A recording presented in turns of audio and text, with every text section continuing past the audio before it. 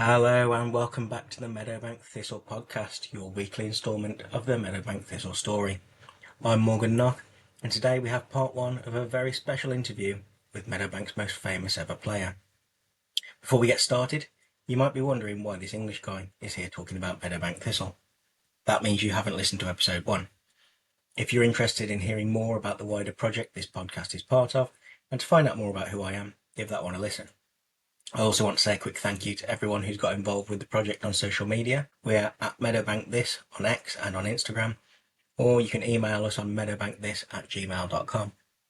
And to everyone who's followed and subscribed on Apple and Spotify, you're helping me reach more people and spread the Meadowbank story further. Finally, a big thank you to Ed Jervis and John McCormack, who've given some invaluable advice. At the end of this show, you'll hear more details about the reunion event that we have planned later this year. And now, I'll let Darren get talking. Enjoy the show.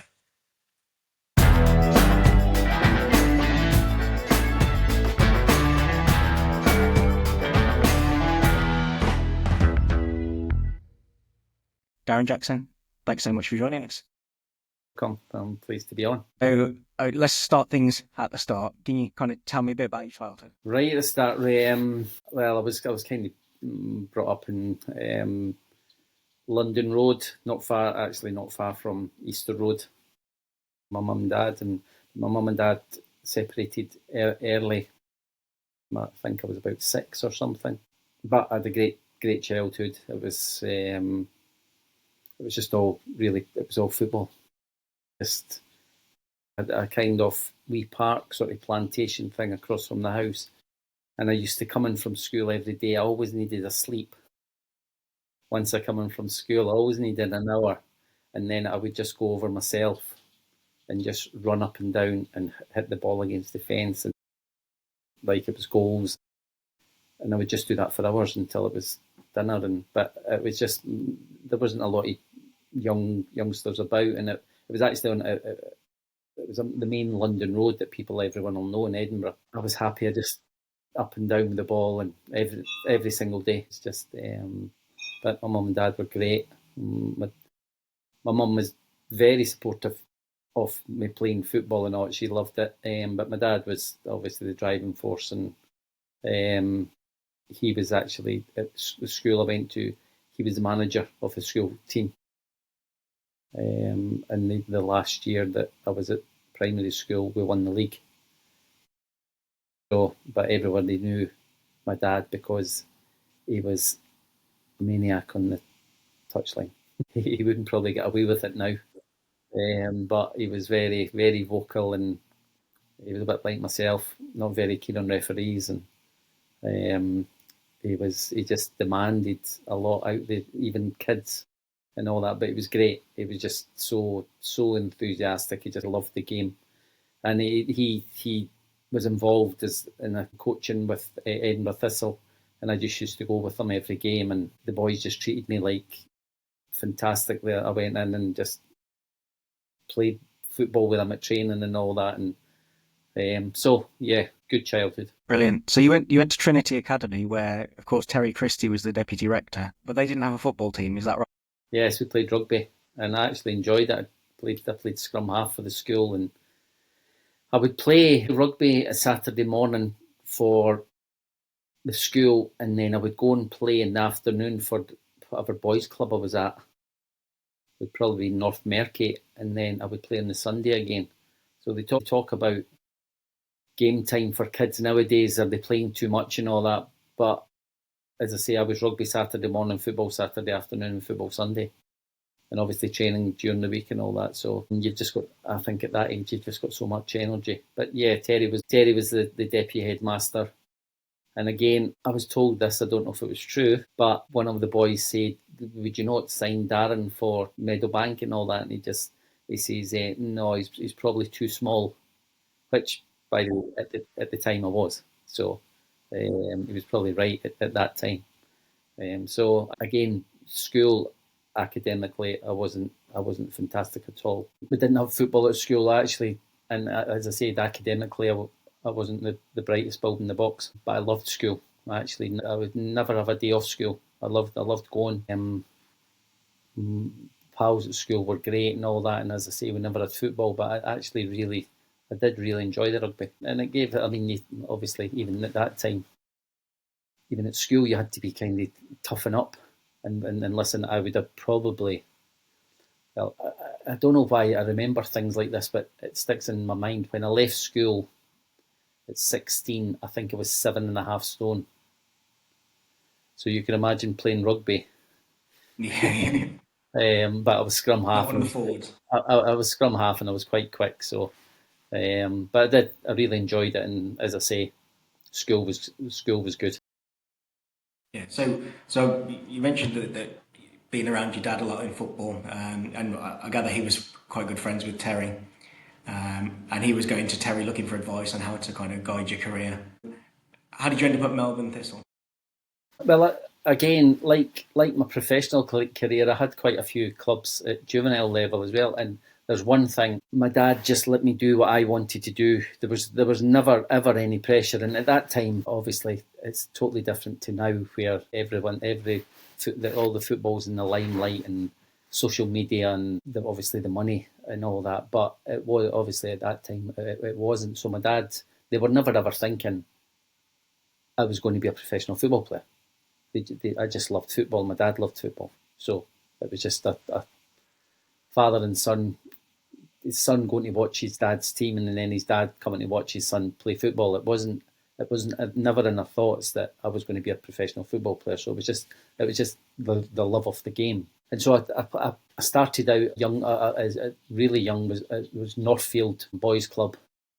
And then I moved on to Merky, which was good. It was really good for me. I enjoyed North Merky. It was a good club. That's where Adrian Sprott came through those as well, didn't he? Right, North Merky, yeah. And then I moved on to Tynecastle Boys Club for 1 year. It was a big club at the time, obviously connection with Hearts, but I didn't actually play a lot. They had a really good side. I could be wrong, but I think I remember that every was involved with a professional club apart from me. So it was a good team. But why do you think that you weren't involved with a professional club at that point? Because I was too small and I wasn't good enough. You can obviously look for excuses and all that. I probably wasn't good enough, and as I say, I was small and thin. And then I moved on to St Bernard's, which was great. I really enjoyed it at St Bernard's. Two managers, Bill and Ian, were fantastic. And then I think I went to Melbourne Thistle, and it was obviously under 21s. And so you're thinking I'd had trials with Hearts and Hibs, and I was in at Hibs training for a little while, and I played in a game for Hearts in the Youth Cup. And I don't know if you remember a boy, Gary Parker, that played for Scotland rugby. Well, he played in that game as well, and he actually got signed after the game. Right. And I was like, oh well, they just said no, it wasn't. Yeah, it was a blow. I never ever again. Obviously, I would always just want to be a football player. End of story. At that time I went to Melbourne Thistle. My sister, and I always remember this as well, my sister and brother-in-law lived in Jersey. And I used to go over for summer holidays, and I absolutely loved the place. It was fantastic. And I can remember sitting one night after having a couple of drinks with my brother-in-law, and we sat outside the hotel, and it was probably about 2 a.m. And he just says, "Listen, why don't you come over and live over here with us?" He says, it's going to be hard for you now at football. And I can remember I sat there and I says, "I'll make it. I'm telling you, I'll make it." Sliding doors moment. I do. I don't know why. I just had the desire inside just to be a football player. And God, I could get a wee bit emotional about that. And then I went back. I played with Melbourne Thistle, and God Almighty, wow, it was all boys who had been senior, who had come back, and we were arguably the best under 21 team there's ever been. And we got beaten We lost one game that season in the Scottish Cup final against, I think it was Campsie Blackwatch in Glasgow. It was dubious why we got beat. Come back on those referees again. But yeah, we never lost, we never drew a game. We won every game, and I scored 42 goals that season. Yeah, I did. I had a really good, but I was lucky. I was lucky that I played with some excellent players, as I said. I'd been senior and come down, and fantastic. And then I went to Broxburn Juniors, and I think Terry I played. I'm sure I played a game for Cowdenbeath, a trial game. Terry was telling me about this just yesterday. Yeah, and the manager was John Clark, who played for the Celtic in the European Cup final. Well, Clarkey was the manager, and John Clark ended up being the kit manager at Celtic when I went there. So Clarkey Cowdenbeath tried to sign me after the game, and that's when Terry came in. But I'd gone to, I just signed. At that time, it wasn't about, someone just came in and said, do you want to go to Broxburn? I thought, juniors, next step, great level. Yes, I'll go. And then it was before Terry and John Clark could try and sign me. So Terry said that he came along to this game at Cowdenbeath, and he said, look, within 10 minutes, I just knew. Is that right? And it didn't happen many times in his whole career, but 10 minutes of watching, he knew that he had to have you. Listen, there's absolutely no doubt I matured late in football terms. Terry, I think I've got the letter that Meadowbank signed me from Broxburn Athletic, and it paid £3,000 or something like that. Yeah, as I say, I had the choice of Cowdenbeath and Meadowbank. I probably picked Meadowbank because it was in Edinburgh, and as we go on to where I worked as well, it helped.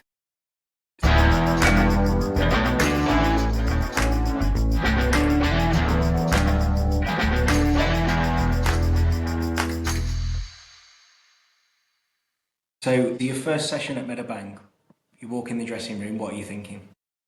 Is it imposter syndrome, or is it... Well, it's hard to actually remember walking into the dressing room, but I was walking into a dressing room of men. I was a little boy. I mean, I was 17, 18. I know I was walking into a dressing room of 26, 27. And at that time, I think you looked upon them that they were a lot older. You know what I mean?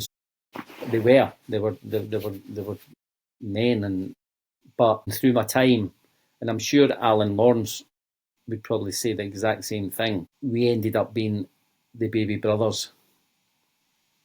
And they were all like big brothers to us. They looked after us just unbelievably well. I mean, incredible. Every single one of them. I don't know. I think we had a bit of nonsense and a bit of fun in us as well, because we were young, and they probably liked that, and I think they liked us. They liked us as people as well, and you were just a young boy, just wanting to do well. And I think once you go in, once they see you playing, I think you get respect. We almost went in the team right away. I think I was sub probably the first couple of games, and then I got in, and then I was in all the time. So you get respect for that. But I could not, I'm not being funny. Hindsight's always a great thing. And did I want full-time football? Yes. Did I want Hibs and Hearts? Yes. But I'm so happy that I never got Hibs and Hearts then.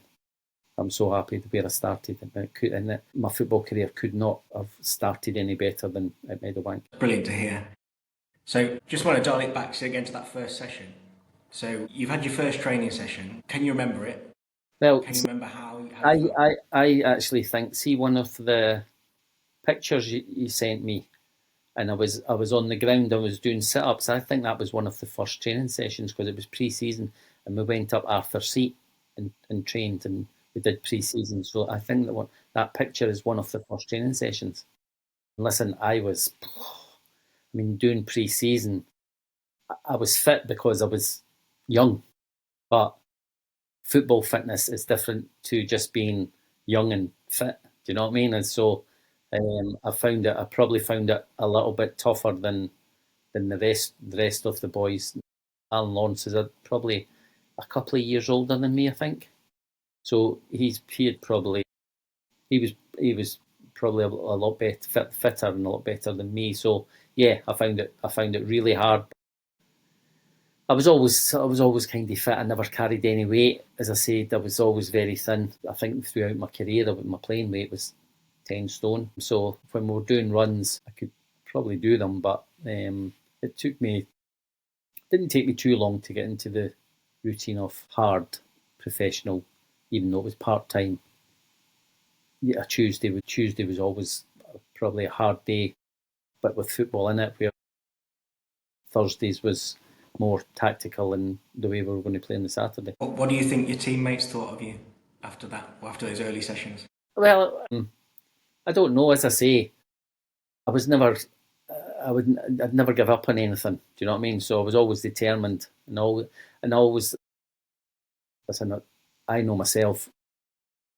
I wasn't the best player in the world, but I always had desire. I always had a great attitude, and I was totally committed. And listen, I was just happy. I was just so happy being a professional football player. See, I do know what they were thinking. Right, well, So I spoke to Watty Boyd yesterday, and he said like one of his earliest memories of seeing you is he's about 3 stone wet. Terry, what are you thinking? And Terry turned around and said, "This guy's going to play for Scotland." Right, okay. And everybody shook their heads and walked away. Yeah, well, listen, as I said, I didn't carry any weight, and then they must have been thinking he's going to play up front for us, and he's going to hold the ball up, and he's going to score goals. Terry, you're maybe clutching at straws, and so, and I never knew that. I just played with a freedom, and I played with a smile and an enjoyment, and as I say, I played with that because the manager was brilliant with me, and my teammates were absolutely outstanding with me. Well, yeah, I mean, Terry said that you were very, very lightweight at first. Yeah. But after that, magnificent. So I spoke to David Roseborough as well, and he said that after training, when he came in, he said that he was trying to buddy up with you and kind of speak to you about football, but he'd be changed and gone home before you were off the training pitch. Yeah, listen, I always liked it. I actually can remember doing shooting myself, no goalkeeper, I can remember just going on the pitch and just hitting balls into the net after training, and I don't know if that's, it was just something. It shows that determination, that dedication. Yeah, determination, yeah, to get better and all that. Yeah, I was just a little boy who loved football.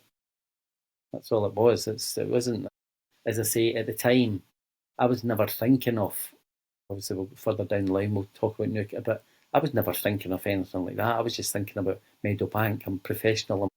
I'm in the league, and I'm playing on a Saturday, and I'm getting paid. Do you know what I mean? I'm getting paid to play football. Do you know what I mean? Even at the time, the money was absolutely, and I don't mean what we were getting paid was nothing, but the money was irrelevant, really. It was just, I was a professional footballer. Yeah. Brilliant. And so, like you said, you mentioned the money, that's topping up your wages from working at the printers across the road. I mean, honestly, it couldn't have actually worked out any better. I mean, right across the road. I'd worked at a printer's up near Craig Miller. I'd worked at a printer's there, and my dad actually, he was a printer as well, and so he got me into George Stewart's, and it just so happens I'm in George Stewart's. My mum, where she lived, we had moved to Powrig, which is in Leith Walk, so I used to walk from Powrig to George Stewart's at Meadowbank in the morning, work overtime, and then go over to training, train, do some stuff after, and then get home about 11 o'clock. I'd left the house probably about 7 o'clock in the morning and get home about 11 o'clock at night. But I was the happiest boy you could ever meet. You literally living the dream, aren't you? Well, yes, for being a part-time player and working, and it's right across, your club's right across the road from your football team. As I say, it didn't get any better. So you break into the team, you quickly form this partnership with Alan Lawrence. I heard he was faster than you. Yeah, he was. I mean, you scored on your home debut against Forfar in the League Cup. In the League Cup, yeah. We get to November, you've got 7, Nipper's got 8, but despite those goals, there's only 4 wins in the first 13 matches. That's the point where Adrian Sprott moves on to Hamilton, and we get Ronnie Scott and John McGahey in return. Does the dynamic change there? Well, I think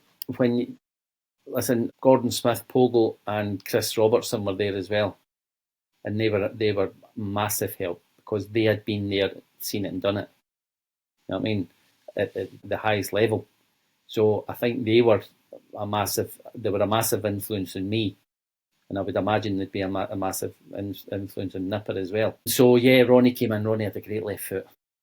Ronnie had a great, and John, I'd known John McGahey. I don't know if it was from school or playing juvenile football. I knew John. And John was hard. You know what I mean? No centre halves would. Well, listen, so was Pogo and Chris as well. No one would mess John about and all that. So, the dynamics probably did change. I think Nipper played a lot out wide, and I would play through. Listen, it was 4-4-2 then. The formation was so I played up front with either John, Pogo or Chris. And as I say, it was a great schooling for me because they knew every one of them. And I think when I look at strikers nowadays about leading a line and what you need to do, and the first thing is that a striker's the focal point. You need to hold the ball up to help your teammates, and that really hit home. And I think that's where I learned. I think I was good at that in my career, even though I wasn't big. I wasn't physically as strong as centre halves for sure, but I knew how to use my body to protect the ball, and I think there's no doubt that came from Pogo, Chris, and probably John. So you get to the end of that season. You've scored 19 in all competitions. Nipper's got 17. John McGahey's come in and got 13 in half the season. But despite all those goals, Thistle finished third, down to that slow start. You're chosen as the Supporters Club Player of the Year. How are you feeling now? That's your first season in senior football. You're feeling great. I mean, any Player of the Year's fantastic. So, but I'm obviously, I'm just happy. My dad and my mum. My dad lived at Easter Road, so it was only not far from. He didn't drive throughout my career. Wherever I played, my dad always came to the game and I sat. And he didn't drive. My dad had to get buses and lifts and trains, and so. But my mum came to a few games at Meadowbank, so it was good that it wasn't too far away for them to come as well. And to get any, as I say, to get any Player of the Year, it's a privilege and it's an honour. So I was happy, and just as I say, you could probably, if you were to go back and see me, you'd hit me with a baseball bat and you wouldn't wipe the smile off my face. Brilliant. So are there any other clubs sniffing around at the end of that first season? I honestly could not tell you. But I honestly don't know. The first season, I couldn't tell you if there was anybody. Only Terry can tell you that. Okay, super. I'll ask him. So I read that you worked with George McNeil in close season. Yeah. George and Bert, yeah, they were great. I mean, it was the speed ball and sprints and all that, and a lot of it's to try and bulk you up, but obviously a lot of it's to get you quicker as well. And it never really bulked me up, but I think it did help. Well, without doubt it helped. I mean, because George was renowned for how good he was. George and Bert were in at Hearts. One of my best pals, David Bowman. Then there's Gary Mackay, Scott Crabb, John Robertson, who was at Newcastle with Robbo. They loved George and Bert when they were at Hearts. There's no doubt that they were fantastic at what they did. So yes, I went to them, and as I say, I think there's no doubt it helped me and it got me quicker and sharper. So pre-season's coming to an end. You go to Musselburgh Fives, which I gathered is Meadowbank seem to take it really seriously. Yeah. And then you go along with Mickey Lawson, Graham Armstrong, Alan Lawrence and Corky, Mike Karotkic, and you win the tournament. Is that a precursor to what's coming in the season? Yeah, listen, it was great. And as you say, it was quite a big tournament for Meadowbank. And when you talk about Well, I was trying to go through the list of players that I played with. Corky was some player.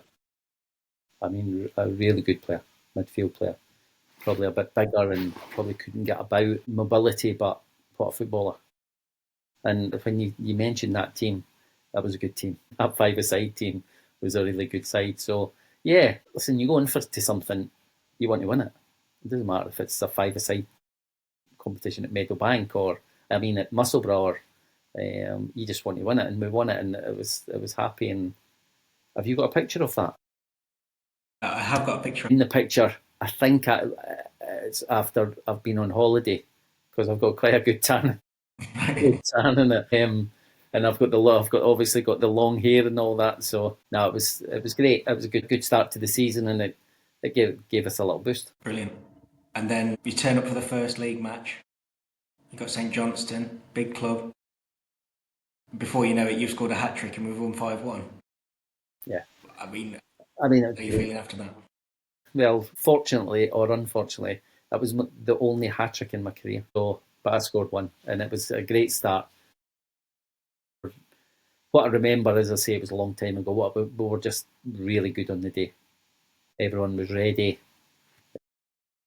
Things like the five-a-sides gave us confidence, and listen, I know with the top manager who got things right most of the time, nearly all the time. So it was a great start for us. We were too good on the day, as you say. St Johnstone, big club, but they just couldn't live with us. And yeah, I was the lucky one to get a hat trick. Brilliant. I mean, that's like when I talk to all the supporters, that's the game they mention. As soon as your name comes up, it's, oh my God, tell him about the St Johnstone game. So I think he was there. But so you're a few weeks into the season. Terry's in his office at school. Secretary comes in and says, Newcastle United are on the phone. What's the first you hear about that? Well, it was an incredible day for me because before, I think, as I say, it's a long time ago, but I think just before that call Terry got the Newcastle, I'd been called into Scotland under-21s, and sadly now it breaks my heart. Craig's gone now, who was just an absolute, again, a wonderful man, and Craig Brown adored Terry. Spoke unbelievably so highly of him. And, he selected me, and this is a true story, that Ernie Walker was the Scotland president at the time, and Craig named the Scotland under-21s, and Ernie Walker had walked into his room and said, I don't know if I should put this in. He had says, we can't have a second division player in Scotland under-21s. And Craig says, I'm telling you, this boy will succeed. And he said, no, get it changed. So about, I don't know, it was about an hour later, I got the call from Terry saying we've accepted a bid from Newcastle. We're on our way down to Coldstream tonight to one of the directors, George Forbes, to his house. And we went down, obviously, no agents at the time, so Terry took me down, contract was put on the table, and I signed. Putting your agent hat on, did Terry do a good job? Terry done a great job. Terry had already done the job without being an agent. So it was just wonderful. I came back up the road. It was just a kind of surreal day that I'd been called into Scotland under-21s. And I signed for Newcastle that night. And so Craig Brown went into Ernie Walker's office and said, okay, I've changed Darren Jackson for you. And he looked and it said Newcastle United. There you go. So maybe that's two guys who played a massive part in my career, and I'm very thankful for both of them. But it was two guys that trusted me as well. So you've signed the deal. Terry drives you back to the bowling club. Your dad's there, all his mates. I heard you had quite a nice time. Yeah. Again, my dad's obviously dead now, and I could again get emotional. But yeah, my dad was just the proudest man in the world. And I can actually see him crying when I walked in, and I mean, I don't know if he gave me a bigger hug or Terry. My dad adored Terry, absolutely adored him as a person first and foremost, but what he did for his son as well. So So it was great, yeah. Back to the bowling club and all my dad's pals there and all that, but then I had to go into work I had to just go into work the next day and hand in my notice. And I mean, as I say, George Stewart, everyone at George Stewart's was just absolute. The photographers down at the work that the following day taking pictures of me beside my machine and all that, and they'd obviously never seen anything like this before. So it was, but they were all brilliant. Everybody at my work was great and just happy, really happy for me. So it was quite a day. When you're in that position with you, is there an unwritten, a verbal agreement with your employer that this might happen and I'll need to go like that? Listen, at that time, maybe nowadays it would be all black and white, but at that time they're never thinking, he's a printer, he's not going to play for Newcastle. Do you know what I mean? So no, they were just of course no. I think I worked. I think it was a Tuesday I signed. I think I went in the Wednesday and I worked till the Friday, and then that was it. So happy for me to let me go and let me get down there. Yeah, and that happiness for you spread amongst Meadowbank supporters. I mean, so David Baxter was telling me about a time, obviously you mentioned your dad didn't drive. He remembers a time he went and picked your dad up and drove down to watch you play for Newcastle Reserves. Oh, Did you know how many Meadowbank supporters came to follow you around when they got the opportunity? Not really, because obviously it wasn't. As I say, when you look back, there's no mobile phones. There's nothing. Do you know what I mean? Social media. There's nothing. So you actually don't know it. But I think I can remember David bringing my dad. Obviously, David bringing my dad down. I mean David was the biggest Meadowbank supporter you could ever meet in your life. Do you know what I mean? But there wasn't a lot. But the ones that were there were die-hard Meadowbank fans, and that was their club. And again, I felt that the love from they made up a song. Obviously, you know about the Darren Jackson, the song, and they did take me to their hearts and all that. And they must. I mean, nowadays, when you see again, and I've had it myself, when you move from one club to another club, you go back and you're booed, and it's no. But at that time, it was just they were overjoyed for me, and it was just it was amazing. Brilliant. So, I mean, just to conclude on that, so at the time of the transfer you described, without doubt the most skillful player Meadowbank has ever had. I'm not sure that is any less accurate today than it was at the time. And I mean, Mickey Lawson said that it was your balance and body swerve which had him thinking, wow, this boy's a player. And then Terry's parting comment was, Darren was far too good for us. It was embarrassing how good he was. Well, it's lovely to hear. I learnt so much in that year from Terry, from Laurie Glasson, and from the players. I mean, as I say, I've been to some very, very good clubs and had an amazing career. Every club, people ask me, what's your favourite club? And I don't have a favourite club, because wherever I went, it was fantastic. But I had the best grounding ever, with the best manager and the best teammates I could ever ask for.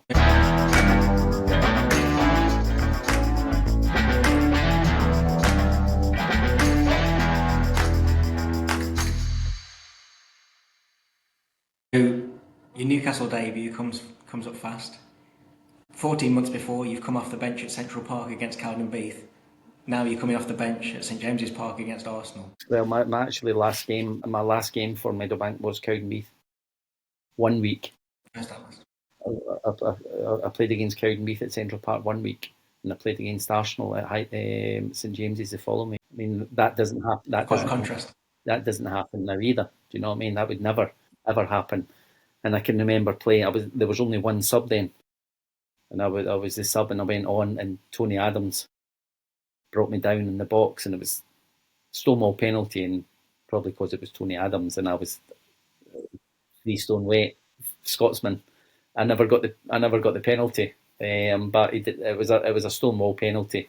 But the contrast to that is I'm playing at Cowdenbeath again with 500 fans possibly, and then you go down. Probably an exaggeration. Yeah, that was a big crowd. That was comps as well. And then I'm playing in front of 36,000, playing against Arsenal, and one of obviously Tony Adams. But I mean, so He's one of England's best. you've come from a team that's in the ascendancy. You've had a good first season, riding high near the top of the league with Meadowbank, and then you're contrasting that. You're coming into a team that's struggling at Newcastle. How is it different? Because that's probably the first time you experienced that kind of hardship in your career. Yeah, but to be truthful, Mark, I never even thought about us being at the bottom of the league. It was just playing with such a happiness of, and by the way, and I've obviously got to mention him, Gaza played with a smile on his face every single day in life, in training, and on a pitch. We had really good pros. I mean, Glenn Roeder, John Anderson, Martin Thomas, the goalkeeper, Kenny Wharton, Dave McCreary, who obviously played for Hearts, and then Peter Beardsley, Tony Cunningham, Ian Stewart, and latterly Paul Goddard, who was just the best target man I played with without a shadow of a doubt, and he was 5'7", playing in English, and so, but it was young as well. Paul, Michael O'Neill, Gaza, Paul Stevenson, Ian Bogey, Brian Tinnion, Kevin Scott. Just it was, and listen, that's why but they had to play a lot of youngsters, and were we good enough at the time? We did okay. I thought we struggled, but there was games where we were good at St James's and away from home, and it was just, listen, you're playing at a place where the fans are just fanatics. You play for the team, they love you. I actually found Geordies love Scots, so playing for their team, and you're a Scots, they loved you as well. You were a Geordie. So again, you would need to ask Terry. I had heard that Liverpool and Chelsea had made an inquiry. Now, obviously, great clubs as well. But again, like Meadowbank, I don't think it could have worked out any better that I went down and I played. And I was in a team where, again, the older pros looked after the young pros, and there was a lot of young pros who were exceptional players, especially one of them who was a genius. Yeah, I mean, everybody wants a piece of Gaza, don't they? And I'm sure everybody wants a Gaza story from you. But there is a Meadowbank story with him. So I read that you and him were on the team bus going to a match. How did that come about? I was actually doing a question and answer the other week there, and I was actually telling the story. He just said, I said, come up for the weekend.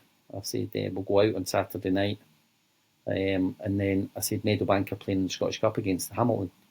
We'll go to the game. I'll phone Terry and we'll go to the game. Yeah, no bother.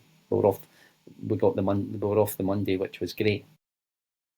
And so we came up, we went out Saturday night and went to Meadowbank and got in the bus and went to the game. We were in the director's box, but I don't know if you have heard of a boy, Fergie, Hamilton fan. No, but I'm sure I can make some inquiries. Well, by the way, you'll if when you make inquiries, people speak about him.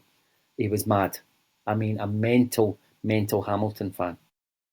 And he just used to shout and scream at every game. So I'm sitting watching the game and all that, and I'm looking at Gaza, and he's just looking at the boy Fergie, shouting and bawling at the referee, shouting and bawling at the players. And I'm like, watch your game. Yeah, it's fine. So he goes down at half time, got a cup of tea, come back up. He says, I'm just going to the toilet. So I said, okay then. So I'm thinking he's a while. So I actually just looked over to Fergie, and Gaza's dancing about with him, and he's turned round and Darren Jackson, and him and Fergie, and Gaza just loved him. Honestly, if you ask the Meadowbank boys, he's well known in Scotland. Fergie, the Hamilton fan, and so Gaza just took to him, and just probably on the same wavelength the two of them had. And he loved it. He just loved it, and again, he wasn't the superstar then that he obviously ended up being. But when we went on the bus, the Meadowbank boys loved him, and he was just as daft as he always was. Brilliant. So, did you have a dog called Diego Maradona? No, it was just called Diego, not Maradona. Diego.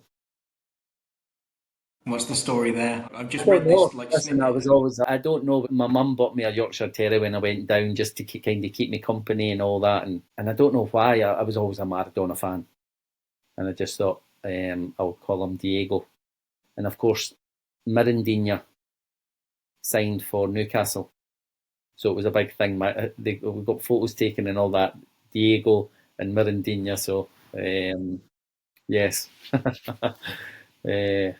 As I say, I don't know why, but it was probably just because I was a big Maradona fan. So you played virtually every game while you were at Newcastle, and then Do you know I got a thigh strain, and it lasted quite a while, and that was the only time I was not stripped. I was doing a thing, a question and answer again at one of the Hearts games, and the boy Scott Wilson who does it, who's Scott's great, Scott's brilliant. And he stood up and he says, so you played for this team, that team and all that. Newcastle, it didn't really go too well for you down there. Didn't you play a lot? And I said, all right, okay then. I said, played 68 games in 2 seasons. yeah, I mean, I played 68 games in 2 seasons, which is great for a 19-year-old going down to the best league, the top league. I'm going back the way going to Meadowbank was amazing, but actually going to Newcastle was fantastic as well because I was lucky enough to be involved. Now, whether that was down to was I a good player, I mustn't have been a bad player, but they never had the money, and there was a lot of young kids along with some amazing senior pros. So I suppose that brings us on to the move. They didn't have any money. Dundee United did. Well, Jim Smith came in, Willie McFall, which was that was an upsetting day when Willie got the sack because Willie was fantastic, brilliant. What a manager he was. He was brilliant. He just wanted to play for him, and it was. I can remember. By the way, I can remember it like it was yesterday, sitting in the training ground in my car, actually crying that he had been sacked, and the players were devastated. And we hadn't done enough. They'd made a lot of signings, and the signings were very good signings. They just needed time to gel, and they didn't really gel. So, and Jim Smith came in, and Jim Smith had me in, and he just said, "Listen, Darren, I didn't know, but he was very close with Jim McLean.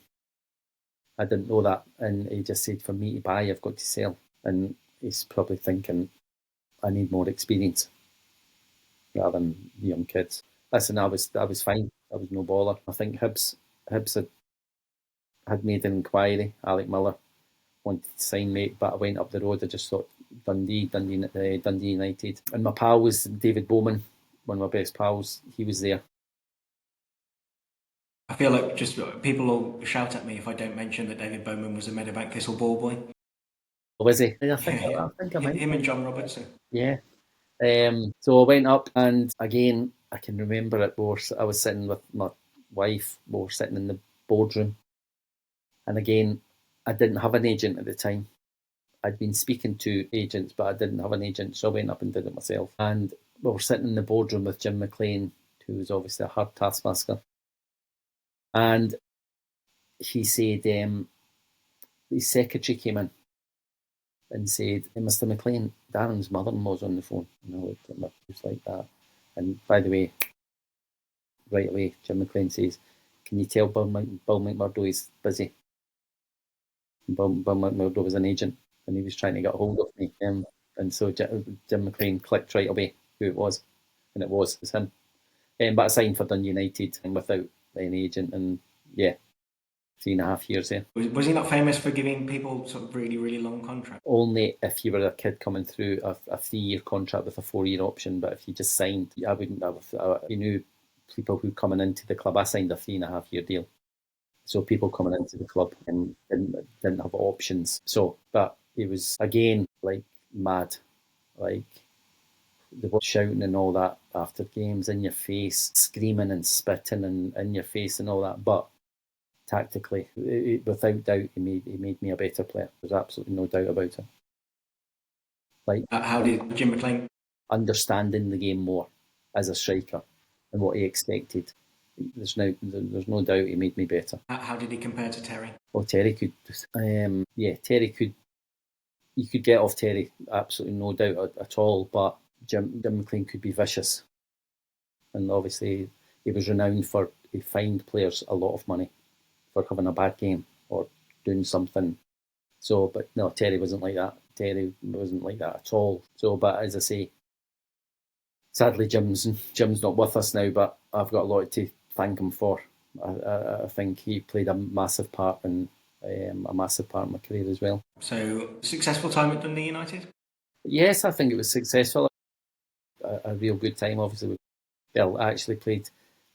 He was probably angry with me because I signed a 3.5-year deal, but I got injured. One of my best pals, Derek White, who played for Celtic at the time, played Celtic on my debut. And he caught me in the ankle after 4 minutes and I was carried off. I played in a couple of reserve games after that. This was the 22nd of December, 88. That was my debut. And then the 1st of February, Dundee United decided that I would go for an x-ray because my ankle wasn't getting any better and it was broken. So that was me out for the season. So he had just spent 400,000. I played 4 minutes.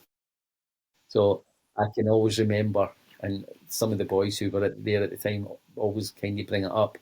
We played Brecon pre-season. Now it was my first game back from the December. My first game back, and he absolutely went through me at half time. I mean, it was incredible. The boys were just sitting there like, listen, he did it every single game, but it was just because I'd been out for 6 months. It was my first game back. I was buzzing, desperate to do well, and he absolutely went through me. But as I say, that was him. It made you probably a stronger person mentally as well, because it couldn't get any worse than Jim. But as I say, tactically, I think he made me a better player.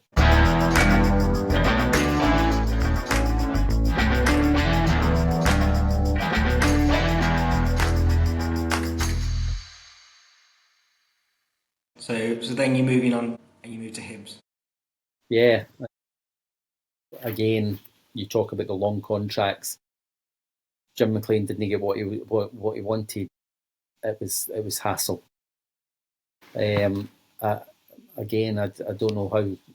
I just had to be strong because they were at me for a while, sign a new deal, and I just said no, I wouldn't sign a new deal. It came to the end of my contract, and it was a tribunal. Maybe I'm being a bit. I don't like being bumming myself up or being arrogant and all that, but I think Jim McLean had asked for something like 800,000 at the tribunal. But I'm not kidding, I think Jim thought I was worth that. As I say, he did see a lot in me. He was probably disappointed that I never made the Scotland squad when I was at Dundee United, but by the way, I wasn't consistent enough and I wasn't good enough to play for Scotland. And a lot of people have asked me that question like that since, that I was playing regular in the English First Division, which is the Premiership now. I was playing regular and I was never, ever, ever mentioned for Scotland.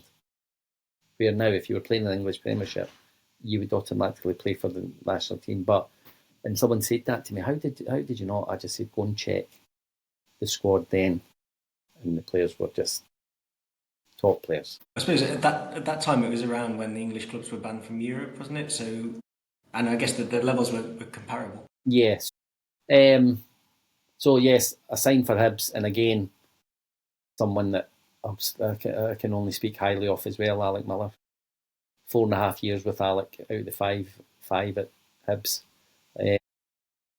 As I say, he tried to sign me from Newcastle, so he always liked what he saw, and he just saw a good partnership in Keith Wright and I, which I think did turn out to be a successful partnership. And was that a dream come true? Are you a Hibs supporter? No. That's a long story. Well, my dad I was a Hearts mascot. My dad was a died in the Wool Jambo. Obviously, going to Hibs was hard, but he actually lived in Easter Road. So he literally lived like 2 minutes from the stadium. So it didn't matter if he drove or not. He didn't have to. And my mum was at Polrig and that. So yeah, listen, great move. Played with a lot of good players as well, real good players, and really enjoyed it. I had 5. Well, I say, if I'm truthful with myself, I had 4 out of the 5 years were great. One season, my second season, I was poor. I didn't perform. I got booked 12 times that season and only scored 8 goals. I just got myself caught up and just couldn't get out the bit. And so I was my hands up, I was poor. So I think 4 out of the 5 seasons they were successful. And well, so in that season where things aren't quite going to plan, are you aware of that at the time? Is that something Yeah, that's running through your head and I that was builds just, up? I don't know. I don't know. I was just, every single game I was getting myself involved with referees and shouting and bawling and not concentrating on what I was actually meant to be doing. And Alec Miller, again, which was rightly so, fined me, but he was finding me different from Jim McLean. He was finding me to try and get me to stop, not because he was wanting to, just because he was wanting me to stop it and realise that you can't keep. And I honestly couldn't get out of the bit.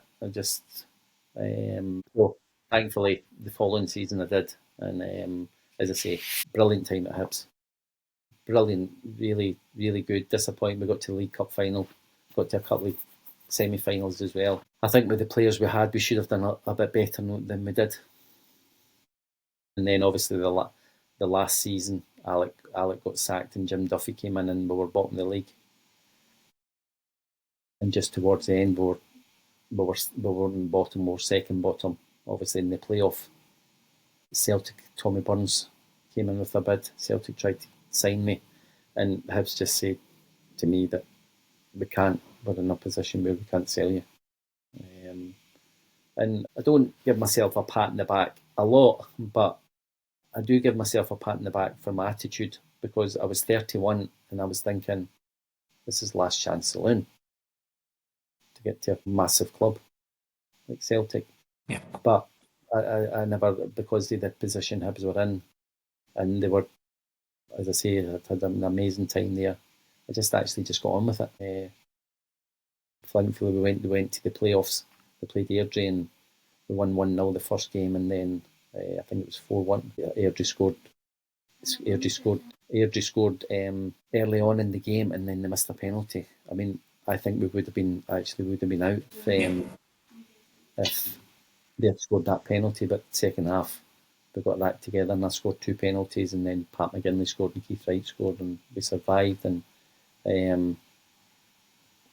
you think about celebrating and all that, but you can't celebrate Hibs being in a playoff, because the size of the club, we shouldn't be in the playoffs. But we survived, and that was the main thing. So I mean, you did break into the Scotland side while you were with Hibs.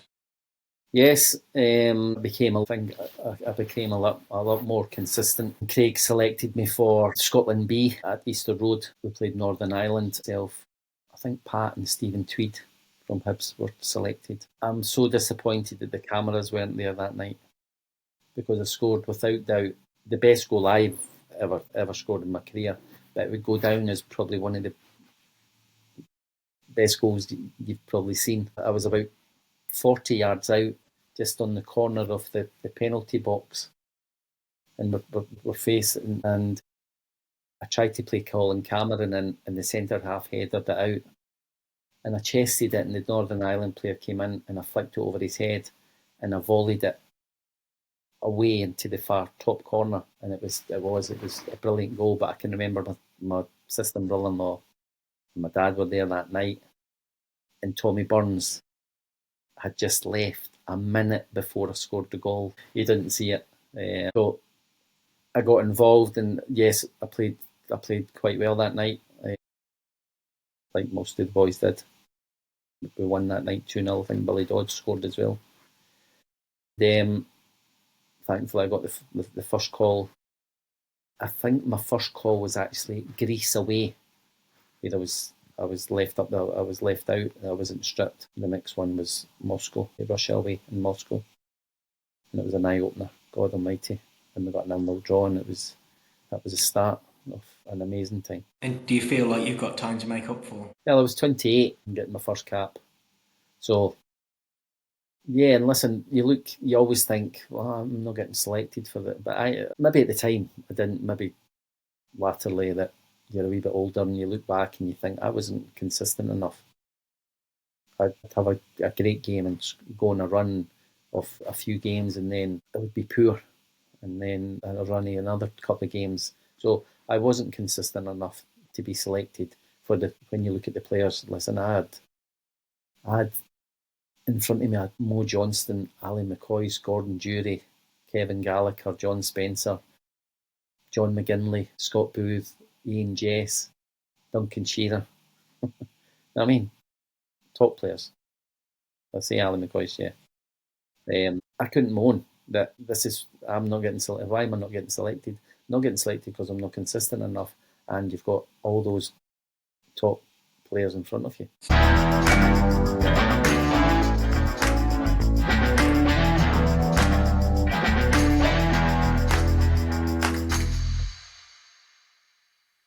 So, you got to this point, you're in the Scotland squad, and Celtic do come calling. Yes, again, I was talking about it the other day there. We were pre-season for Hibs down at Gullen Beach on the sand dunes. Just had an absolute, just been hammered on the sand dunes. And I can remember it like it was yesterday, walking back to the car. Mobile phones were just coming out then, and I had my mobile with me, and I got a call from the club. I was with Keith Wright, and the club said, we've accepted a bid from Celtic, you have to go through there tomorrow. So again, like the Scotland, I thought it passed me by, especially when Tommy, which sadly Tommy's not with, he was a wonderful man. I can remember him. We played at Hampden. It was when Celtic Stadium was getting renovated or rebuilt, and Celtic played at Hampden, and I can remember in the tunnel just as we were going out, and he absolutely booted me right up the backside. And he just watch yourself today. That was before the game, and he was just and I can when I got to Celtic, Tommy had obviously left, and it was a Tommy Burns supper. It was a Burns supper we were at. I was just there. I was the only player there, and he spoke very, very highly of me, and it was amazing what he said. But the one thing it stuck out, he just said, "I love this boy." Do you know why? Because he had fire in his belly. It's something that's always stuck with me when Tommy Burns is mentioned. Obviously, I would like to think some of my ability as well, but he just loved my desire and passion. And so, yeah, I went through to Celtic the next day, and everything was done. There was never ever going to be any problems. And that was a Saturday. And on the Sunday, we went to Dublin to play in a tournament, and I was rooming with Paolo Di Canio. So that was an eye-opener right away. because Paolo was having his problems at the time with Fergus McCann, because if he had done so much, he was going to get a new deal, and Fergus wasn't giving him a new deal. So in the room, he was never off his mobile phone, like on it 24 hours a day. And of course, and he was angry, and I was trying to calm him down. I'm just there. I'm just this calm down, Paolo. And by the way, what a professional, what a player as well. So it was a shame that I never really actually got to play with him. It's great. Was it a huge step up in terms of the attention and the noise around Celtic compared to Hibs? I say this to most people, or everyone I speak to about Celtic. I'm Scottish. I know how big Celtic and Rangers are. So when I'm going there, I know it's going to be a massive culture change. But until you get inside, you can't believe how big Celtic is. It was massive. Like, in most clubs, you'll have your player of the year at the end of the season. And there's a few supporters clubs. It goes on for probably 6 weeks or whatever. But at Celtic, there's a player of the year every week of the year because there's that many supporters clubs. And just things like signing jerseys and signing balls, and I mean, it was hundreds. It wasn't just like there's 10 balls, guys, where you just sign it. Yeah, it was a massive culture shock, but like, again, this sounds as though I'm trying to bump myself up or an ego boost. But if someone asked me, how do you think your career went? Do you think it was good? And I only have to say two things. I think it was great. I played in the World Cup for Scotland, and I probably played for one of the biggest clubs in the world, with Celtic. Yeah, well, that was my next question, really. Like, so you're in the Scotland squad, you're playing for Celtic. Are you sitting there thinking, wow, I've made it? Yeah. Well, you're not sitting there thinking you made it. You just think you're amazing because you're playing for Celtic and They went to the Euros first. I went to the Euros with Hibs. I think it was at Hibs with the Euros. And then I think there was something like 7 or 8 Celtic players selected for the World Cup. So I can remember we won the league, and we went to Portugal. It was a sporting. It was it Benfica? George Cadetti. It was down to his transfer. They said they would play a game again. So we flew out the day after we won the league.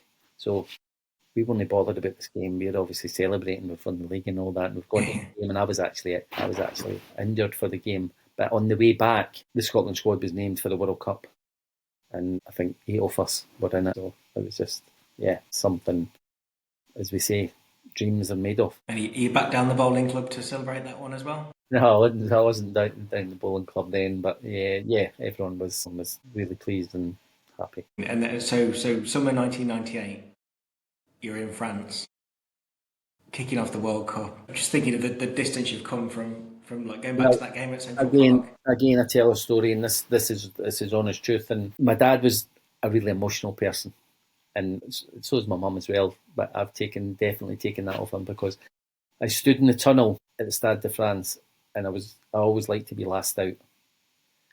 And Ronaldo was last out, and I was standing beside Ronaldo.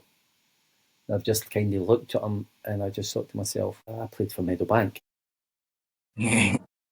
And I'm standing here, and it was again surreal moment that will always live with me forever. Actually, I only thought of Meadowbank as I was standing at the World Cup. So that must be like the peak of your, well, if not career, listen, if not life, then career.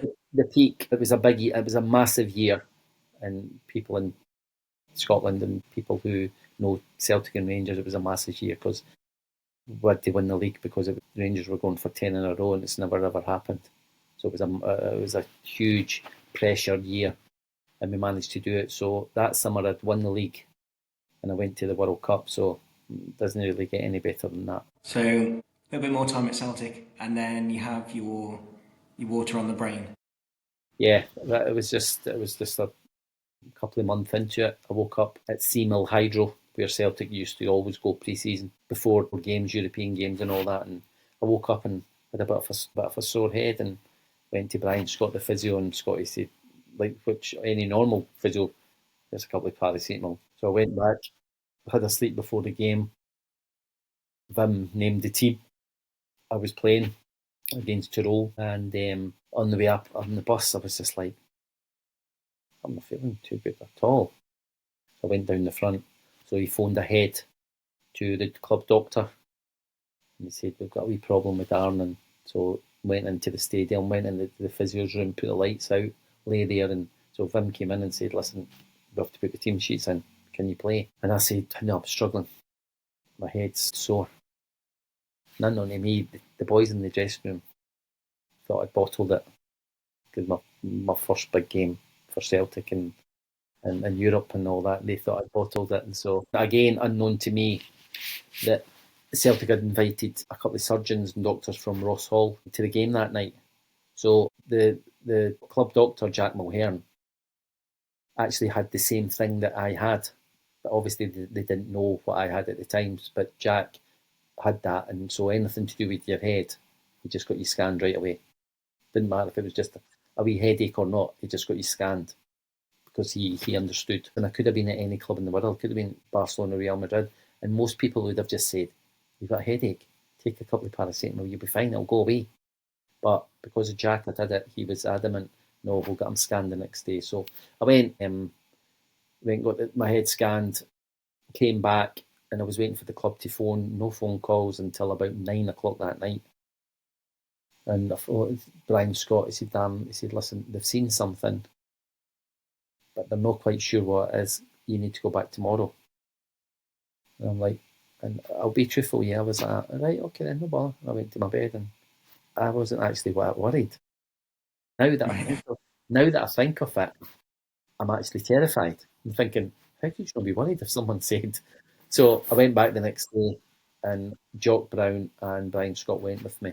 So I knew there was something wrong when they were going with me. And then Dr. Philip Barlow said it's hydrocephalus, water on the brain. There's 2 valves in your head, and one wasn't open properly, so the water can't circulate. And they reckon I'd had it since birth. So what they said is, first of all, they actually said your career's over because you can't play again, because they obviously thought he was going to have to put a shunt in, which not normally happened with things that were like with hydrocephalus. You would get a shunt put in, but Dr. Philip Barlow pioneered this operation that he drilled a hole in your head and lasered another passageway so the water could just flow, and he didn't even touch the other valve. So they said you could play again. But the club were great. Jock Brown was absolutely amazing with me. And the board, obviously, he was getting it from the board, but Jock was brilliant. And he just said, "You don't have to play again. The club will look after you." But I'd waited till I was 31 to get to Celtic, and so I was. He says I can play again. I want to play again. So that was one Tuesday. I went in for an X-ray. The following Tuesday, I was in for the brain operation, and touch wood, thankfully, everything went great, and Dr. Philip Barlow was a star that I'll always be grateful for. Obviously, they've done a great job. Yeah, well, listen, that you managed to carry on. I was only out 9 weeks. You could be out longer with a hamstring.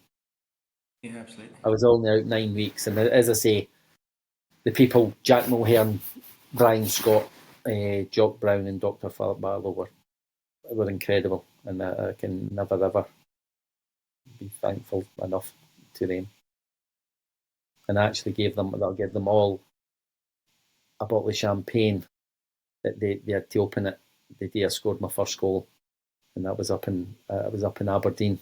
I scored my first goal where my celebrations got a wee bit of hand, and I just dived right into the crowd. And you weren't actually allowed to leave the field of play without getting booked that night. And the referee never booked me because I think he knew. Yeah. I spoke to him after it, and he just says, "I couldn't have booked you for that." After I just knew the emotions that night. It was great. So Celtic generally is probably the only place you've been where you weren't playing consistently, or weren't playing every game, or weren't first name on the team sheets. No. Listen, I was playing before my operation, but then they signed Harold Bratpack, and listen, managers are different. Vim, unfortunately, is not with us either, but Vim had his 11, and if they were fit, it didn't matter how they were playing, they played. So I would go on. I think I would do well, thinking I've got to play next week. And even a lot of the boys were saying, did really well. You'll play next week. And no, I was adamant that was. So, listen, Wim was a lovely man, but I got to Celtic, so I would never turn around and say he wasn't a manager for me. He wasn't a manager for me because I didn't play. I mean, now, but the only thing I'll defend him is that Vim was there to stop 10 in a row, and he did it. So whether he played me or not, he did what he had to do. So you got a loan move to Coventry. Was that with Gordon Strachan? Brilliant. I've got to say, I didn't play a lot, and as I say, I've spoke about all the managers I've worked with, and tactically training was brilliant. I loved them all. Gordon's was probably the best 2 months training I ever had. I would have loved a long time with Gordon. I thought his training was so high tempo. It was incredible. It was game like every single day. Gordon just used to take you off the training field, and we'll go and sit in the canteen until you're ready to go and back on the training field and do what he expects. It was an amazing 2 months. I didn't play a lot, but it was great.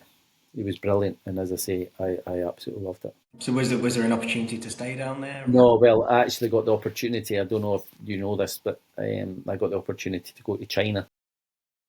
Yeah, so I'm fascinated with this because I've heard you talk about it before. But for me, it's especially with your future in agency. Like, how does that move come about? Do you just get a phone call? I got a phone call from Jock Brown, who was actually away from Celtic then. And he says, "Listen, I've had a club on the phone, Dali and Wonder, saying they're interested in signing you. Do you fancy it?" And of course, listen, the money wasn't what they're making now, what they were making in China, but it was good money. And I said, yeah. So I was allowed to go out for a kind of trial, but my wife packed her job in. She was an air stewardess, packed her job in. I took every single bit of clothes with me. Now I went from Edinburgh to Beijing and then to Shanghai. Spent 8 days in China training and playing. I roomed with a boy. You remember a boy, Glenn Helder, that played for Arsenal? Right, yeah. So I roomed with Glenn, and he was hyper. He actually kept me there the 8 days, or I would have been away sooner. But he was hyper, and no, stay. I said, no, it's not for me. And I mean, the food, and I was struggling and all that. And then after 8 days, I just said, no, it's not for me. Phoned home and just said, I'm on my way home. So it was just very hard. And the only disappointing thing, I phoned my wife and I said, you better phone and get your job back because I'm coming home. And I said I took all my clothes out. I never got one bit of clothes back. So, but I went back to Celtic and they were boys. The stick I got when I walked back into the dressing room was brilliant. It was so, and then obviously you're going to go into the Hearts. Yeah. Yeah, so how did that come about? Were you kind of pushed out at Celtic or just listen, do you ever want to leave a club like Celtic? Probably not. But I was 33 and I wanted to play football and I wasn't going to play. Dr. Joseph Venglos had come in, who was an absolute wonderful man. Like an Eric Black, who was his assistant, Eric was great as well and was great with me. Kenny McDowell was the reserve team manager, who was amazing as well. And I was playing in the reserves, and I just thought, through my career, I was lucky enough that I never played a lot of reserve football, so I needed that buzz of first team football on Saturday. So I just thought, I need to get away.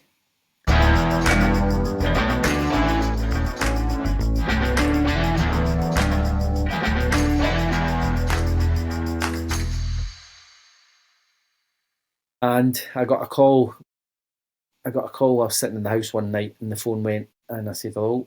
He said, Darren, it's Jim Jeffries. I said, oh, hi, Jim. He says, could you handle it? I said, no problem.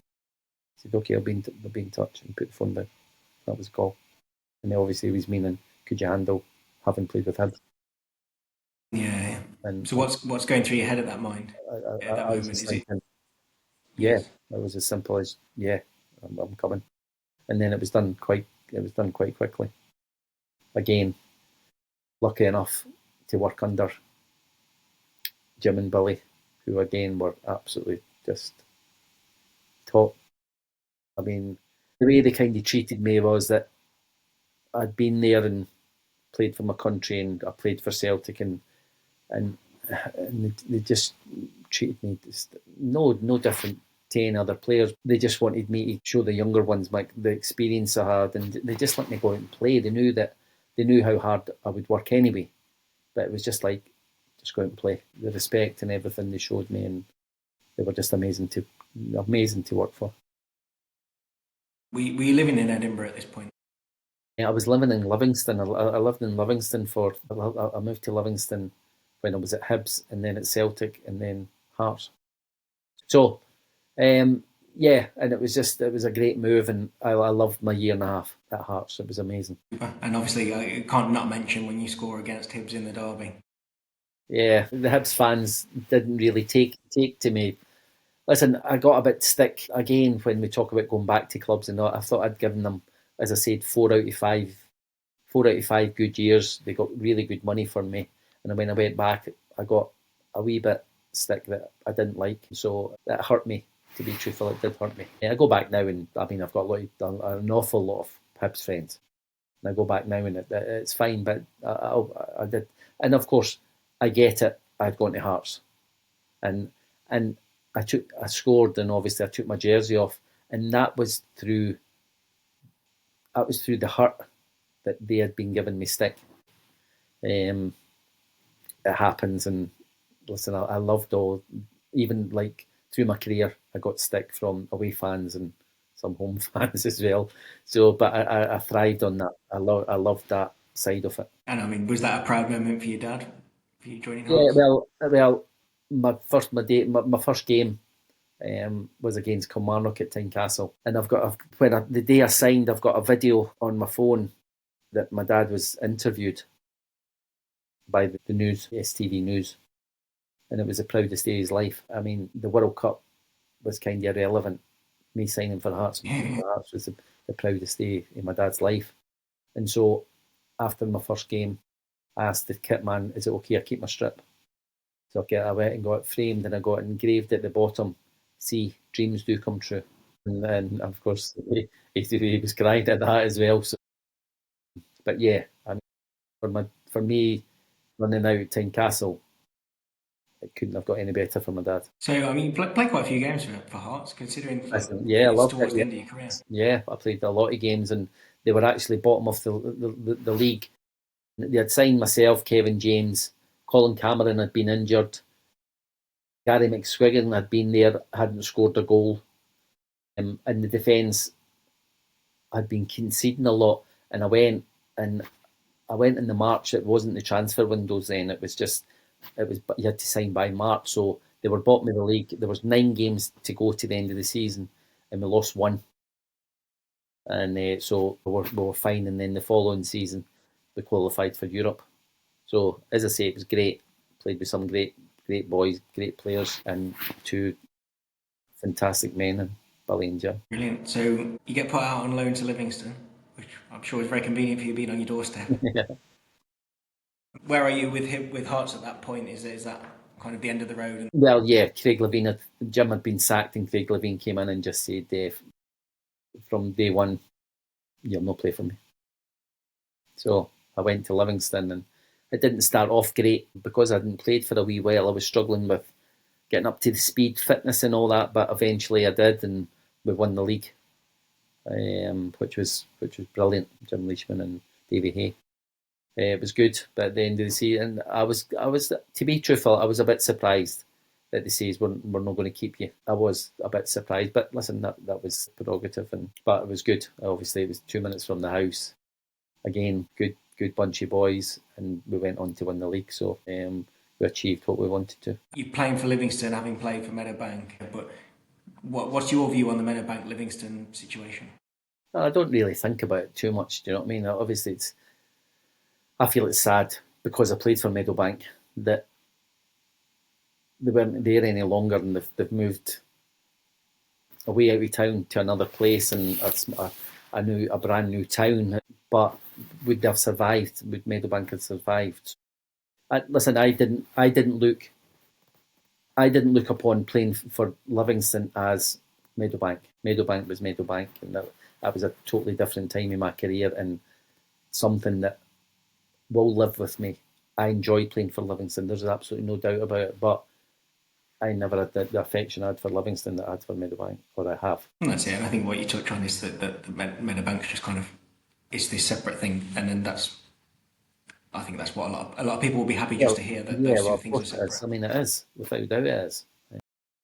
So it's like, and I know they formed at Wimbledon, MK Dons. It's not. It's a new club. Yes. Something totally different. So it's the same with Meadowbank, and my feelings, as I say, and that's not me knocking Livingston because it was great. It was brilliant. But my feelings for Meadowbank were a lot more than. Thank you. So you don't get an offer from Livingston. Where's your head at that point? I didn't know. I didn't actually know, and I didn't know what was going to happen. And then I got a call from Sandy Clark, who was at St Johnstone, says, "Do you fancy coming on a trial?" And I just thought, yeah. There was no other offer, so I just thought yes. And we went up to. They were training at St Andrews. I went up and played in a practice game. And thankfully, did okay. Did quite well. He just said, "Yeah, we'll sign you on a year's contract." But listen, it was hindsight is obviously a great thing. I should have retired that year because I was done. My back was done.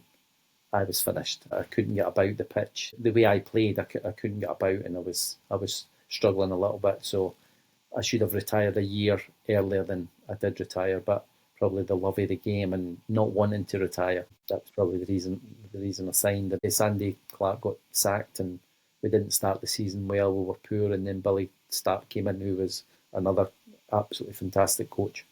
great person. I think Billy was told that I had in my contract, if I played a certain amount of games, I would get more money. And I think they had seen and thought, is he going to be good enough? And so I was told, I'll not play.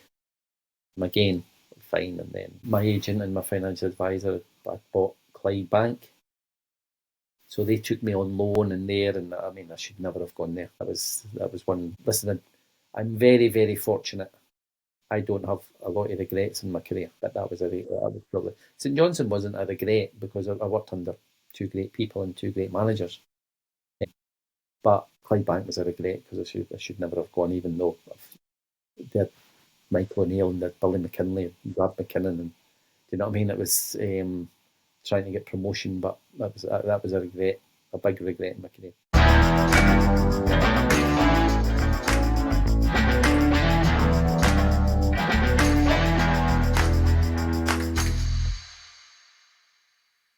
So you're coming towards the end of your playing career.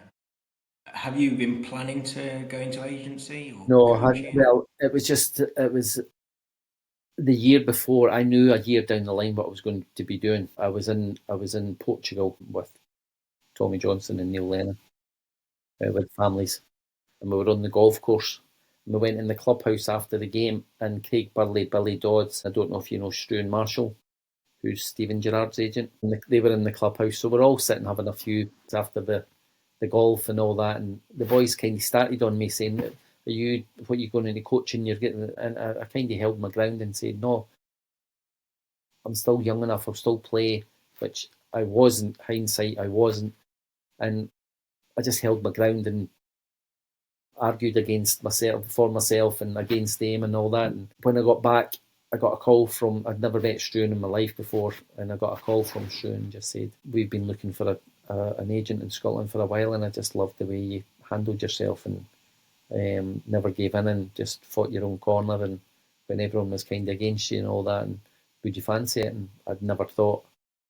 But the one thing that was attracted that was looking after people and giving advice to younger players and all that. And I enjoyed being amongst the young boys at the club I was at and talking to them and giving them advice. And that's what an agent's all been about, getting them a good deal was the main thing, but giving them where you can give them advice on what you've been through in your career and some steps you can take. Did you enjoy working as an agent? If I'm truthful, probably not.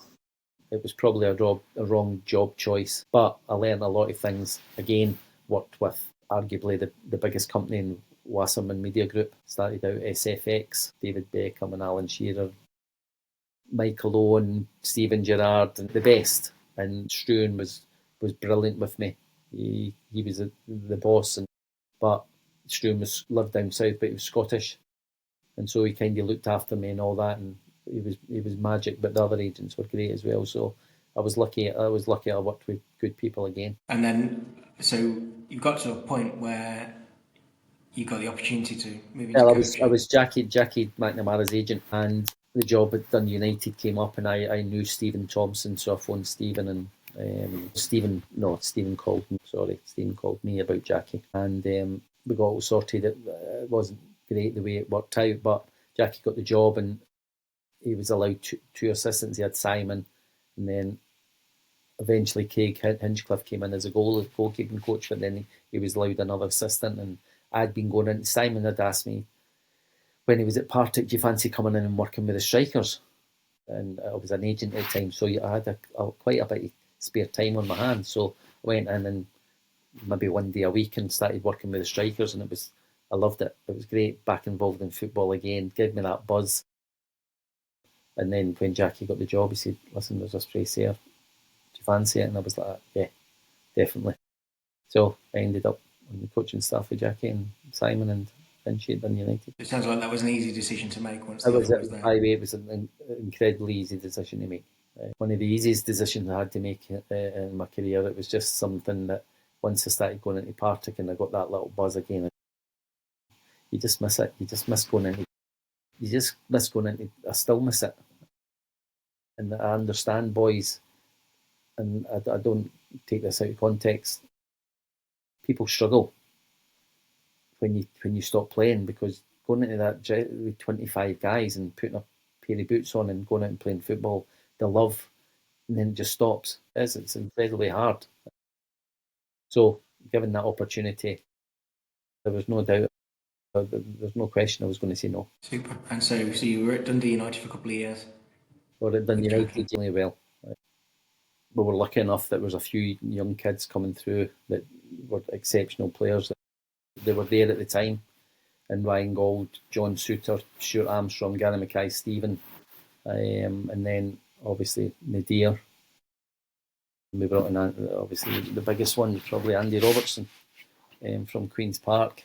And the great thing about Jackie, he gave them a freedom to go and play every week. I mean, okay, make mistakes, but go and try things and go and play. And I think it was a great move for Andy, because it was just at the time where formations had changed a lot, but we were 4-2-3-1, and I mean, getting the fullbacks forward, and Andy would cross, and Keith Watson would be scoring goals, and from right back, and I mean, Andy was just, I don't want to speak about him more than the rest who were brilliant as well, but the way Andy's career, and again, every single training session, his desire and his commitment was beyond belief, and that's what's, and obviously ability wise as well, but that's what's taken him to where he is today. And did you have all your former colleagues from the agency saying, "Can you get me in with this guy and that guy"? Well, with Andy, we did make a couple of attempts, but I wasn't one. I never really mentioned to them, because I wasn't really wanting to get involved. And listen, Andy had a good agent, and it was at the time it was PFA, Liam O'Donnell, and he's still, by the way, he's still with Liam up to this day. And I'm sure Andy's had every single agent under the sun trying to get but loyalty, and if someone's doing you a good job, why change? And so after that, Wraith Rovers with Gary Locke, which Lockie and I were close when we were at Hearts, but we were never the best of pals. And it only lasted. Listen, we were doing really well, doing fantastically well. We beat Falkirk at Falkirk 4-2, and Peter Houston had never lost 4 goals at home. Falkirk were the team, and we were a really good side. And after that game, we went 12 games that we never won, and it was just how it changed. And the boys were behind us. The boys really enjoyed us, but we just could not. I don't know what it was. We just could not win a game. And after the 12th game, they had us in, and I'll be truthful with you, the chief exec, Eric Stirling, was crying because they were having to sack us. They were that disappointed because they could see. But listen, 12 games is a lot. How long do you leave it? 13, 14, 15? You just can't keep going. So we understood that, and like Lockie and I, I've never had any hard feelings against Wraith Rovers at all. But it was great, and I had an amazing 6 months with Lockie, and we've obviously remained real big pals since. And so, if there's one thing, I got a good pal out of the 6 months we were at Wraith, and brilliant. Made a lot of good friends in the players as well. Still a text every now and then, and a wee joke and all that, and sending something from the time we were there and all that, and it's great. So then you go to St Mary. Then I go to St Mirren Alan Stubbs, who was at Hibs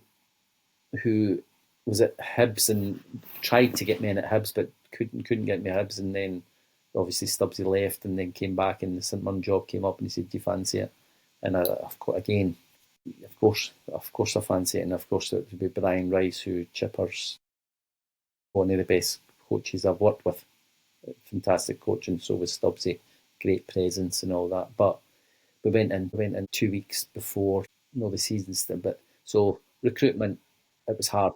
We were just looking at Y-Scout and just signing players that we probably wouldn't have if you had time. And so we were sacked after 4 league games, which was disappointing, and I don't look upon that as a good spell in my career or a happy time.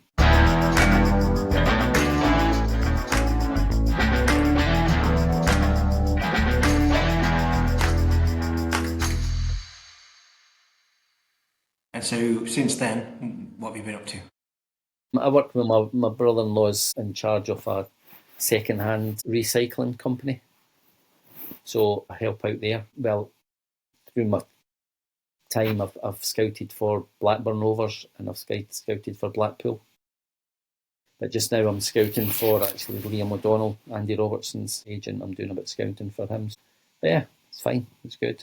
You're not involved, but you're going to games on Saturday and you're looking at the next ones coming through and you're looking at players and all that. So you still get that buzzy turning up to a match and enjoying it. And would you still be open to going back into coaching? I'm not sure. I'm getting a bit old now. Never too old. I know you're never too old, but if it was the right thing, yes. If someone wanted me to help them and it's someone I respected and liked, yeah, I would look at it. As you say, you can never say never. Brilliant. And so, I mean, who do you knock around with now? Is there still any of your old playing friends that you still Listen, see? I keep in touch with everyone's kind of spread about. No one really lives. I mean, I'm still pals with David Bowman, real pals with David Bowman. We have a group chat with Gordon Marshall, Malky, Mackay, Tommy Johnson. So, as I say, I still text and Billy McKinley, who's with Davy Moyes at Everton. Badger and I were at Dundee United together and we roomed at Euro 96 in the World Cup together. And I can tell you a quick story about that if you want.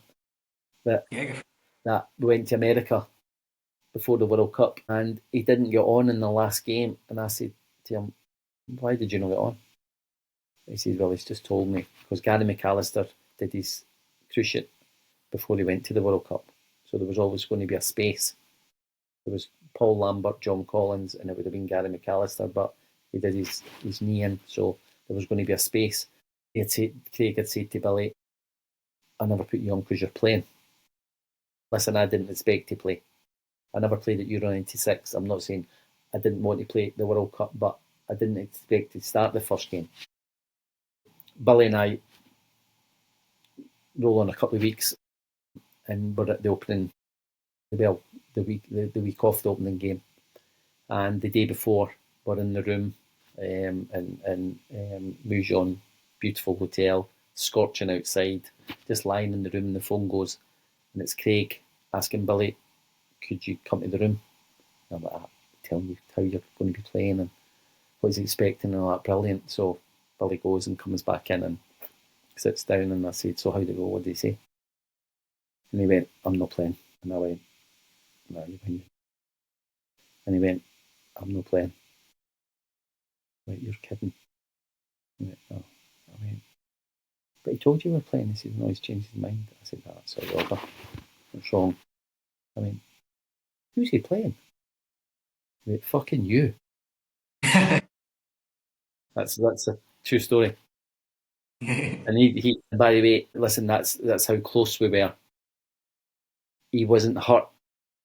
He was probably yes, you've got to be hurt inside because you were told you were playing an opening game and all that, but he was so happy for me, and to the other extent I was so happy for myself, but I was so gutted for him. But that's the way I was told that I was playing against Brazil. I mean, it's as good a way as any. I mean, I suppose you mind how you find out. Well, not when your pal's telling you that you're playing and he's not.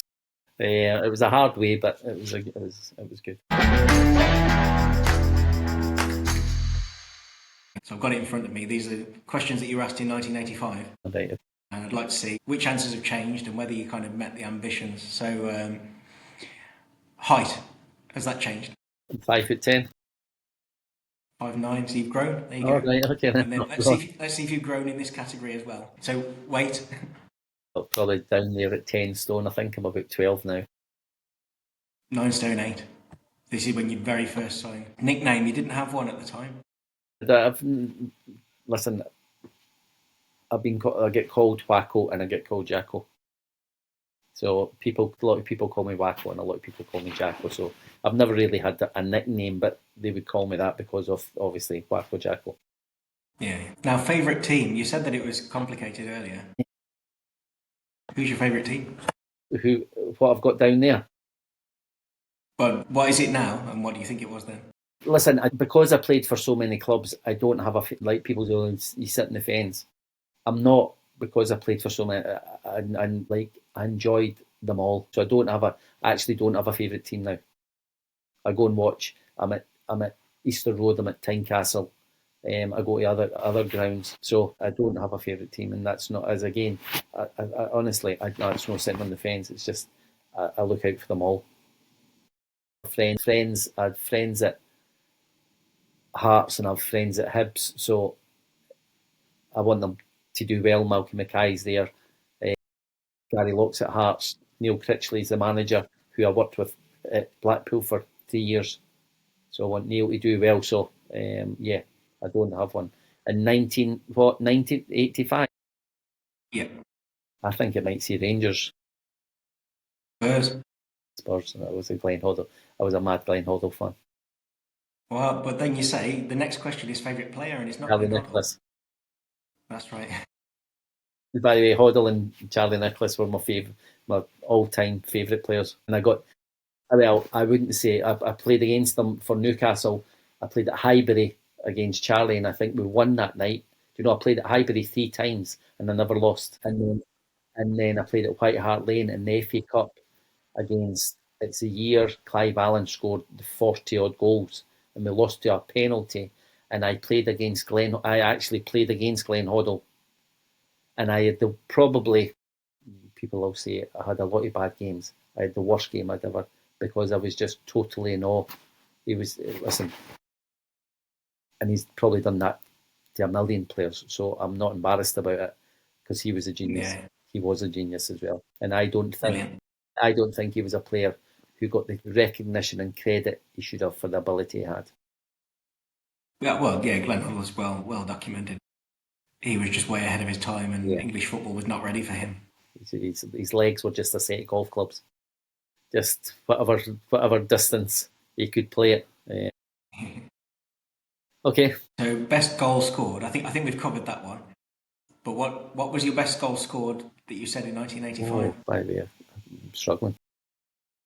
It was a header for St Bernard's against Portobello under 16. Do you remember it? Right, no, actually. Well, by the way, it must have been some goal if it was a header. And I'm saying, because I never scored a lot of headers, that's for sure. So favourite holiday resort? You've mentioned it already. What did you say in 1985? What would you say now? Well, I would probably say Dubai now. And in 1985? Have I said it already? Palmanova. Jersey. Cheers. Favourite drink was down as milk. Yeah, I love milk. I love the pint of milk. Make of car, so it doesn't have one but would like Porsche. Did you ever get one? I never got a Porsche, no. Unfortunately, I never know. So ambitions to go far in football. I think we've got a big tick. Which person in the world would you most like to meet? I always said that's probably latterly. I always said I'd love to meet the person that hands out the League Championship trophy. We've got the Queen at Wembley for Scotland. Yeah. Who would you most like to meet now? I mean, I know a few people. We'll see what I can do. Who would I like to meet? I don't know if there's anyone that jumps out that I would. No, there's no one that I can think. Thank you so much for your time. Really appreciate it. Obviously, we've overrun on the time that we said. Yeah, but I've really enjoyed it. It's amazing going over, and you get carried away. You get carried away, and you could listen. I could speak about it for hours, especially when I'm talking about. And you maybe speaking about Meadowbank brings huge emotions back, because I still see Terry and I still see a lot of the boys at games and all that. So it brings massive emotions, and I couldn't have started if Real Madrid had come in for me. I couldn't have started at a better place. People think they'll be stupid, but I'm being serious. I couldn't have started at a better place. Oh, fantastic, and I think a lot of people will be pleased to hear that. And but that's true. I'm not just saying this because I'm on, and it's for Meadowbank. That is in my heart, and I'll always be in my heart. And if they ask Terry, every time I see Terry, it's like seeing my dad. It's stupid to say I have the same feelings, but I have massive feelings for Terry, and because at the end of the day, at that time, he was my dad who just nurtured me through that 2 years, and then took me down and wanted the best for the club, of course, but took me down and wanted the best for me as like a son. And listen, I was with Max and Kevin, his sons. I'm always known as the third son. So, and I gave Terry and Alec Miller one of my Scotland caps, just to thank them for the big, massive part they played in my career. And like you say, you're showing the warmth that everybody shows when I talk to them about Meadowbank. It's just, yeah, it's such a shame that it's not there. Yeah, it is. It's just it was a unique club. The stadium and 300 fans and no atmosphere and all that, but there was just something about it. It was just, and for me, it was the start of something. For me, started something special. I think that's the perfect sentence to end on. Okay. Yeah, like I say, again, so grateful for your time. No, I loved it. I loved it, Morgan. Thank you very much. I really enjoyed it. So there we have it, Darren Jackson. Thank you again, Darren, for giving up so much of your time. Really enjoy speaking to you, and I hope the listeners have enjoyed it just as much. So I promised some more information about the reunion, which is coming up in May. So it's going to be held at Parkside Bowling Club in Edinburgh on the 31st of May 2025. Tickets will be £10. For £10 you get fantastic value for money, as we have 3 guest speakers booked: Alan Banks, Terry Christie and Jim Leishman, as well as a ceremony celebrating some of the club's biggest names, a programme and a buffet. Don't forget, all profits from any of this work will be going to the Edinburgh Food Project. Finally, if you can remember to follow us on X and Instagram at MeadowbankThis. You can email me by getting in touch on meadowbankthis@gmail.com. And if you're listening on Apple or Spotify, please rate and like the show, follow the show, all that sort of stuff that people say on podcasts all the time, because it really helps me get the story to more people. For now, my name is Morgan Knock, and it's goodbye.